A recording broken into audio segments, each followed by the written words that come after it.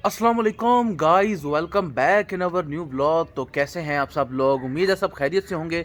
सुबह के बज रहे हैं 8 और हमारे जो पेट्स हैं वो बंद हुए हुए हैं, पैक हुए हुए हैं, क्योंकि भाई सर्दी बहुत ज़्यादा है और सर्दी भी खुश्क वाली है क्योंकि काफ़ी टाइम से बारिश नहीं हो रही। तो खैर अभी सुबह का टाइम है और हमारे जो पेट्स हैं उनके खुलने का टाइम हो चुका है। अभी हम जल्दी से अपने पेट्स को खोल लेते हैं यहाँ पे। और ये जो हमारे भाई हैं ये इनके लिए रोटियाँ भी ले आए हैं। ये क्या लेके आए हो? तो भाई साहब ये अपने पराठे के भोरे बनाकर यहाँ पर ले आया है हमारे बतखों और मुर्गियों के लिए। भाई साहब जल्दी से सबसे पहले हम अपनी मुर्गियों को यहाँ से खोल लेते हैं। यहाँ से हम लोग खोल लेते हैं डक्स को और माशाल्लाह जी अंडा भी वहाँ पे पड़ा हुआ है। तो सबसे पहले यहाँ से डक्स निकल आए, उसके बाद हम अंडे की तरफ जाते हैं और यहाँ से हम मुर्गियों को खोल लेते हैं। यहाँ पे भाई हमारा मुर्गा बड़ा बेचैन है बाहर आने के लिए, क्यूट प्यारा सा मुर्गा। तो बाहर निकालते हैं इन्हें। वाह, आ जाओ आ जाओ आ जाओ, सारे आ जाओ। इनको मैंने रात को गाजर का बचा हुआ वो गूदा डाला है। जब हम गाजर का जूस बनाते हैं तो पीछे वो गूदा सा जो बच जाता है वो मैंने इनको डाला है, क्योंकि ये गूदा मुर्गियाँ बहुत शौक से खाती हैं और फिर हमारे चूज़े भी खा लेते हैं क्योंकि वो छोटे हैं तो उनके लिए रोटियां वगैरह खाना बहुत ज़्यादा मुश्किल होता है। तो इसलिए मैं ये गूदा उनको डाल देता हूँ। तो खैर यार अब हम चलते हैं खरगोशों की तरफ। सबसे ज़्यादा मेन पॉइंट भाई, खरगोश हमारे क्यों मारे थे? पिछली वीडियोज़ में मैंने एक छोटा सा गैस ही लगाया था, सही हमें पता नहीं था।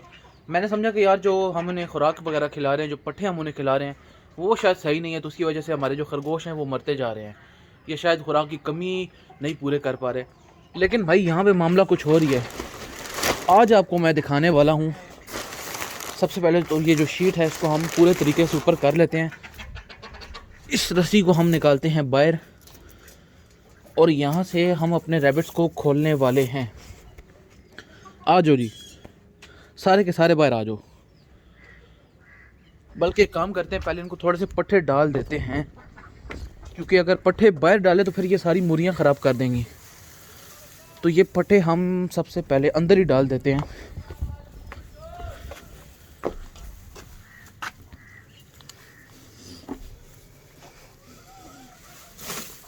दोस्तों आप लोग इस वाले रैबिट का सिर्फ साइज़ देखो। ये वाला जो रैबिट है माशाल्लाह देखो इसका वेट कितना ज़्यादा हो गया है। वैसे अब मुझे ये नहीं पता कि ये मेल है या फीमेल है, लेकिन अभी कुछ दिन पहले ये इतनी ज़्यादा कमज़ोर थी या था कि मुझे ऐसा लग रहा था शायद इसको नीचे लेके जाना पड़ेगा, इसकी अलहदा से केयर करनी पड़ेगी।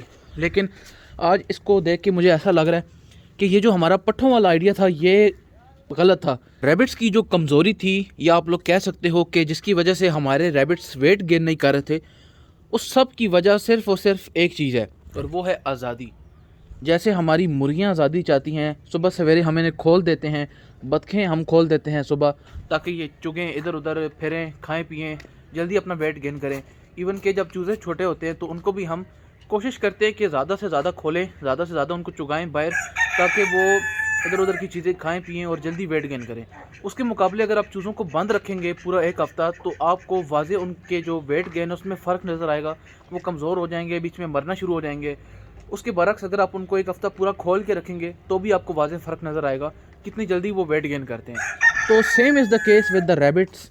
ये चाहते हैं कि भाई हमें खोलो, और वो काम हमने कभी नहीं किया पिछले पूरे एक साल से। ये 2 डब्बे आपको नज़र आ रहे हैं, इन्हीं 2 डब्बों में हमने अपने खरगोशों को रखा है, इनको खिलाया है, पिलाया है, और इन्हीं 2 डब्बों के अंदर ये टोकरियों के ऊपर घूमते रहे हैं।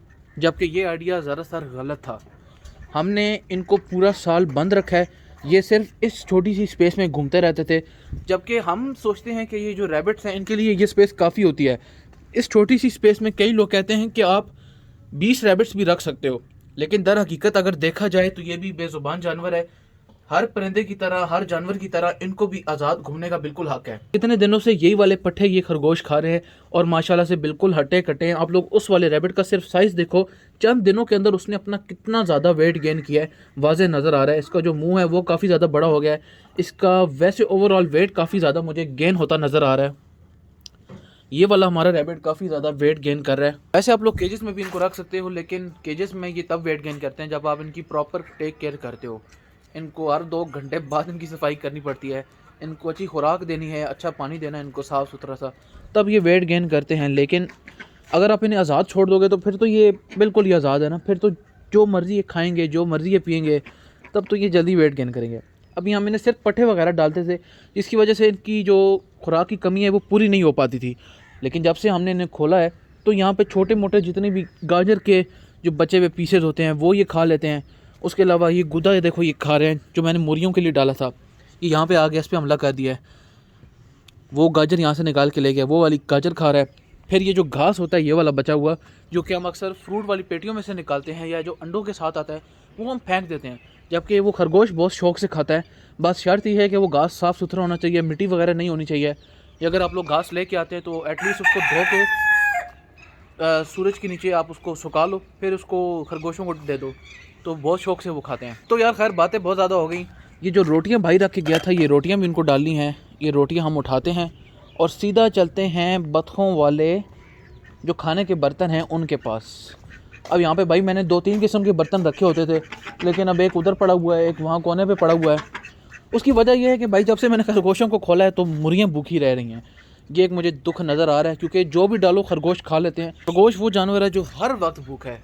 आप इसको जितना मर्जी है खिलाओ, जितना मर्जी है खिलाओ, वो खाना जब ख़त्म हो जाएगा फिर दूसरे खाने की तलाश में आ जाएगा। तो यार अच्छी बात है, जो लोग खिला सकते हैं खिलाओ यार, बेज़ुबान जानवर है।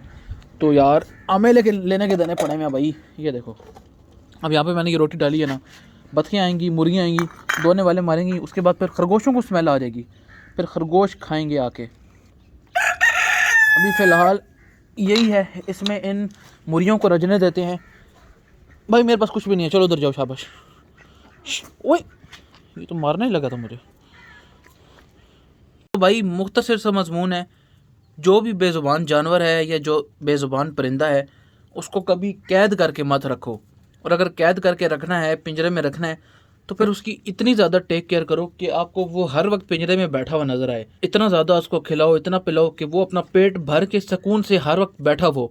ऐसा नहीं कि वो परेशान हो। रैबिट है तो उसको आपने केज में बंद रखा हुआ है तो वो इधर उधर खाना ढूंढ रहा है, परेशान है, तो ऐसा नहीं करना। अगर आपने कैद करके रखना है तो फिर बहुत ज़्यादा उसकी टेक केयर करो। तो दोस्तों आज की वीडियो में इतना ही, मिलते हैं इंशाल्लाह कल एक अच्छी सी वीडियो के साथ। अपना बहुत सारा रखिएगा ख्याल, और वही पुरानी बात, वही पुराना डायलॉग। वीडियो अच्छी लगी है तो कीजिएगा लाइक, और अगर नए हैं तो कीजिएगा फॉलो। मिलते हैं इंशाल्लाह कल। अल्लाह हाफिज़, बाय बाय, टाटा।